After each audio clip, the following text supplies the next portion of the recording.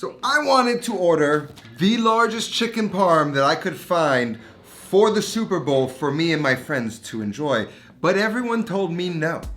And I don't like being told no. So I guess we're gonna have to make it ourselves at home, and from a logistical standpoint, takes a little bit of massaging. And I'm gonna walk you through all the stages of me working this out. I wanna thank our sponsor today, Seed, but more on them later. For now, let's head on over and pay our friends at the deli a visit.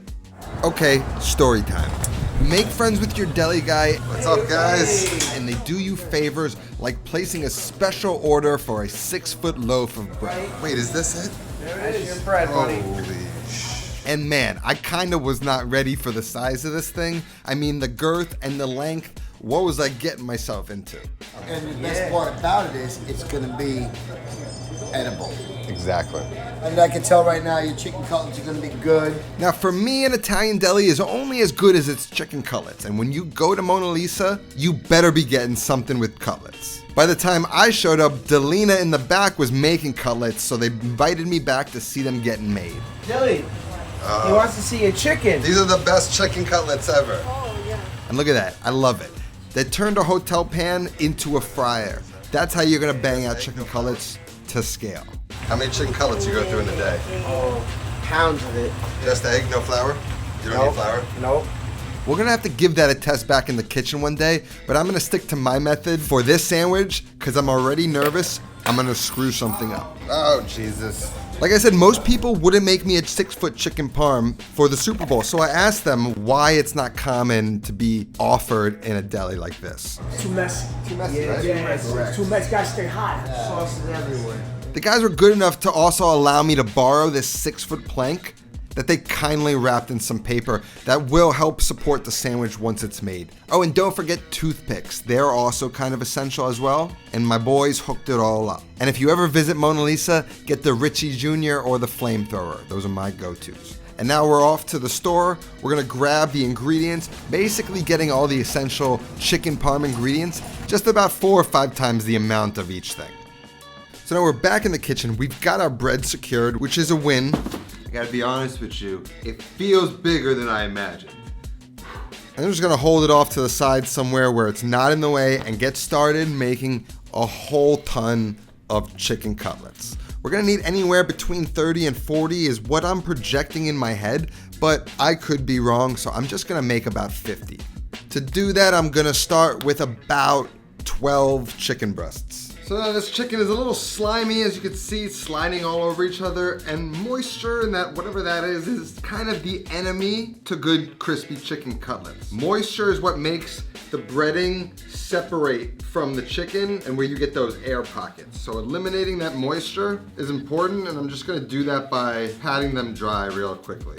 And we're gonna start at the thicker end, and I'm gonna use my top hand and just be very careful, but I'm gonna use it as a guide, and with a very sharp knife, just start to shave off pieces of chicken. Now I know from experience that I can get at least 3 to 4 slices of cutlets from each breast, but when they're a little smaller, you can only comfortably really shave 3 slices of cutlets, which is fine, but like I said, I like my cutlets paper thin, and I'm pretty good with a knife. So I'm gonna just start by shopping for larger breasts in general, and I'm gonna try and get 4 thin slices of each breast. You just take your time, you go really slowly, you kind of bend over to see how your knife is aligning with the chicken. You gotta wanna just make sure you're slicing straight across so that you end up with nice even slices of cutlets. But that last slice always seems to just be a little bit thicker than I really want it to. So I end up taking my fist and just gently pounding it a bit thinner, and unless you're really good with the knife, 3 is probably your best bet to start with. And there you go. We're gonna set these off to the side while we prepare the sauce. So now I'm trying to do the math about how many tomatoes I need. I was thinking I need only 1 can of tomato, but I'm just gonna overdo it, make 4. And if I have leftover, then great, I've got extra sauce on hand. It's laughable I thought I needed 1 can. Thank God I chose 4, because I ended up using most of it. So you just want to start processing those tomatoes, running them through the food mill, removing their seeds and skins, and creating a puree that we call passata. And once all those tomatoes are pureed, you're ready to move on to the next step. Now usually for my weekday sauce, for 1 24-ounce can of tomatoes, I'll go with 3, maybe 4 cloves of garlic. So If I'm using 4 cans, I'm just gonna kind of round it off, just use a whole head of garlic, cut those in half, peel the skins off, and then slice those really thin. We like thin slices always. We don't add chopped garlic to our tomato sauce. That's a different flavor you get out of that garlic that I don't really like. The garlic slices bring out that perfect garlic flavor that I'm looking for in my sauce. Now we can head on over to the stove and start to prepare the tomato sauce because it's gonna take a second to cook because that's a lot of tomato, and in those tomatoes is water. First thing we wanna do is get a large, high-rimmed saute pan on medium-high heat, and we're gonna add enough olive oil to coat the bottom of the pan. To that oil, we're gonna add the sliced garlic and the basil stem, and we wanna cook the garlic, slightly toasting it, infusing the oil with that garlic flavor and that basil stem, which is gonna be the thing that adds flavor to the tomatoes. Once that garlic begins to slightly caramelize around the edges, we're gonna start to add in the tomatoes. We wanna hit the tomatoes with a little bit of salt, and then we wanna turn that heat up and bring that whole mixture up to a simmer. Now, like I said, there is a lot of water in these tomatoes, and as you can see with this spoon, this tomato sauce is a little too runny. And so we know when we make a tomato sauce, it is essentially the act of reduction. So what we need to do is cook this tomato sauce, allow that moisture to evaporate, and create the proper thick consistency of this sauce to coat a sandwich without making the sandwich like this wet. So we're gonna allow this to cook and reduce, and at the same time we're gonna take a Dutch oven and we're gonna fill that up halfway with a frying oil and allow that to come up to a frying temperature while we work on breading our cutlets. At the same time, I wanna preheat the oven to about 450 degrees just to get the ambient temperature warm, because it's gonna help melt cheese later when we go to broil the cutlets. Now, before we go any further, and especially after a meal like this, we need to talk about gut health thanks to our sponsor today, Seed. Did you know that over-the-counter probiotics that you may be consuming may not actually be doing anything at all? That's because probiotics are extremely fragile and usually die in their journey through the body. The journey through our GI is a rough one, which is made of stomach acid, bile, salts, digestive enzymes, and the probiotics can't survive that kind of environment, and so they die. But not with Seed. DS1 by Seed isn't simply just a probiotic. It's a symbiotic, to be exact. DS1 was formulated with 24 clinically and scientifically studied broad-spectrum strains to support systematic health for whole body benefits beyond the gut. But the real secret to Seed is the capsule that delivers the prebiotic and the probiotic. The outer capsule is the prebiotic that shields the probiotic from our GI tract and safeguards its viability through digestion, delivering an average of about 100% of the probiotic starting dose to the colon. And it's formulated to help your gut thrive. So to get you guys started, Seed is offering 15% off your first month's supply of DS1 Symbiotic by Seed when you use the code Not Another Cooking Show at checkout. So go check that out and let's jump back into the recipe. All right, so we got our sauce going. I just want to keep giving it a stir, make sure nothing's catching on the bottom of the pan, and our oil is coming up to temperature. Now we can get started breading the chicken. And this is a rare occasion where I'm gonna opt in for these disposable, like larger aluminum tins. I just need bigger containers so I can dredge egg and bread more pieces of chicken at a time just to blow through the process faster. Just got a whole bunch of flour. Flour goes in this first one, maybe 3 cups of flour. Now I'm feeling this out. I don't know exactly how many eggs I'm gonna need. I think I'm gonna go with at least 8 to start. So as I'm cracking the 8 eggs, my spider senses tell me 8's just not gonna be enough. Go with the 12. 12 just feels right, and it ended up being the smarter move. And then I'm gonna go in with 2 of these big containers of Italian seasoned breadcrumbs. And maybe we go with a box of panko. Just mix it all together. I really don't love seasoning the chicken itself. It's gonna pull out moisture, and moisture is the enemy of crispy chicken again. So I like to over salt the breading station and then when they come out of the oil. So I'm just gonna go heavy with salt straight into all of these 3 containers. Looks like a lot, but you're not gonna really get all of that, you know what I mean? Then using a whisk, just get those eggs beaten really well. You wanna mix it till it just drips off like water and is not stringy and kind of sticking to the whisk. If it's still stringy and sticky to the whisk, it's not gonna really stick well to the chicken. So I've got my chicken here, ready to be thrown into the flour dredge, then into the egg, then into the breadcrumb, and then I've got one of these other guys here that's gonna hold the breaded chicken. Into the flour. A nice thin coating. Now I know the deli today did not use flour I'm not ready to give it up yet. I'm gonna try it without and see how I like it. And then into the egg, we're gonna make sure you dust off that flour. You get clumps of flour in, it's not gonna coat in the egg properly. Dredge off the excess, shower with breadcrumbs. Perfect chicken cutlet into the tray. Now I know what you might be thinking, this is just not practical. I'm never gonna make a sandwich this big. But the real secret and reason to pay attention is that some people just have big ass families.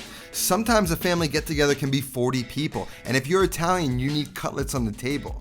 So the relevance of this recipe to most people is less about making a sandwich like this at home, even though it is possible, and more about the process of making such a large amount of cutlets for your family or even for a party you want to throw. Now you can discard the flour, the egg, the breadcrumbs, you can clean up a little bit, and we can move on over to the stove and begin frying the cutlets. So again, here's a little bit of a switch up from the normal routine. Usually I shallow fry my cutlets, but I know if I tried that with all these cutlets, by the fourth batch my oil is going to be full of breadcrumbs, which will burn and screw the oil. And I've got 50 chicken cutlets I need to cook. The way to do that, just like Mona Lisa, is by deep frying. So my rule is, if it's a big chicken cutlet, you add 2 at a time. If they're smaller, 3 to 4 at a time, depending on the size. And number 2, like always, I want to control the heat. For these, I want to fry them around 350 degrees Fahrenheit. And since I'm non-stop cooking these cutlets, I ended up just going with high heat the entire time because I noticed that even at the highest temp, the oil was never really getting above 350 for too long. So as far as having to regulate the temperature, and I will keep an eye out to make sure that it doesn't fluctuate in any direction too far, but it appears to be staying pretty steady at 350 degrees for me on high heat, which is good. You just want to take those cutlets, give them a flip once or twice to promote an even browning, and once they're beautiful and golden brown, you want to pull them out of the oil, allow them to rest on a wire rack, and immediately hit them with salt. And then continue cooking the rest of the chicken cutlets. And though it may take around 40 minutes to finish frying them all, it was really no hassle or stress to fry them as opposed to the mess you'd have if you tried to shallow fry all of these like normal. So now the easy part's done. We've got ourselves about 10,000 chicken cutlets, more or less. That better be enough. Now our sauce has been reducing, and as you can see, it's almost reduced by about half. The consistency has changed, it's gotten creamier and thicker, and it's perfect. And we can just use a spoon and start to judge its consistency.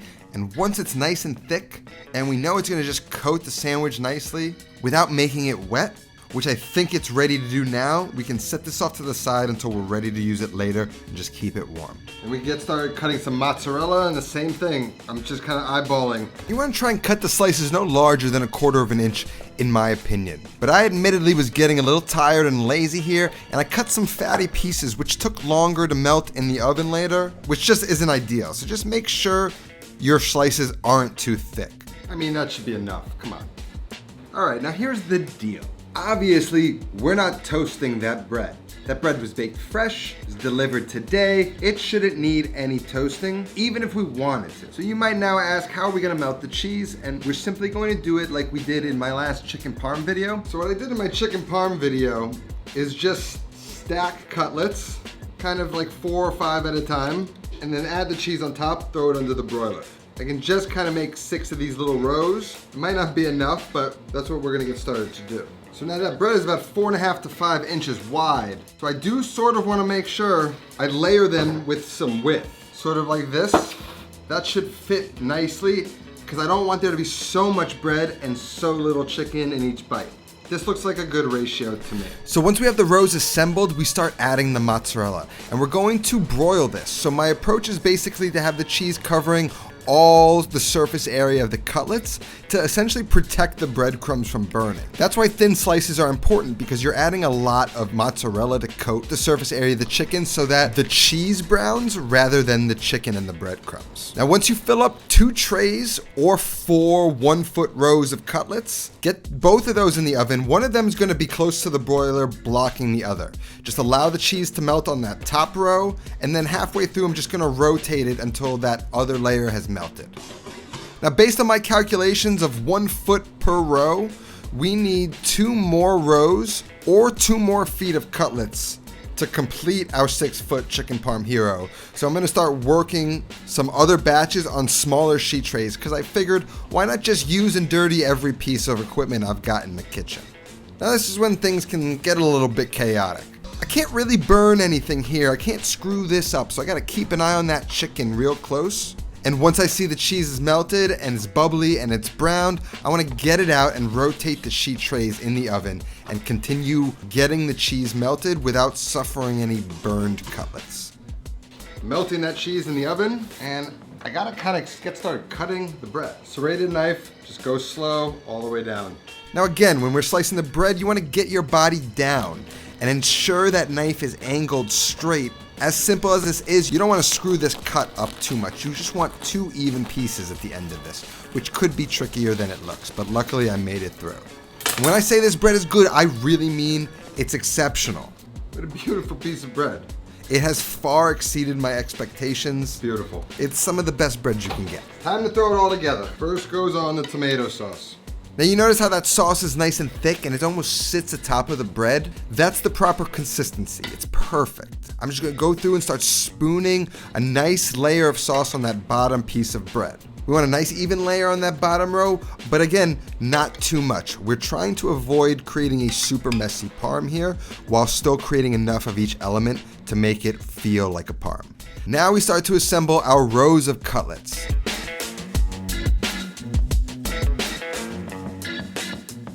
It looks like I'm about 1 foot short, but luckily I have an extra 10 cutlets and some extra mozzarella. So I'm gonna throw those on a sheet tray, add those slices of cheese, and it looks like that's the perfect amount that I was missing.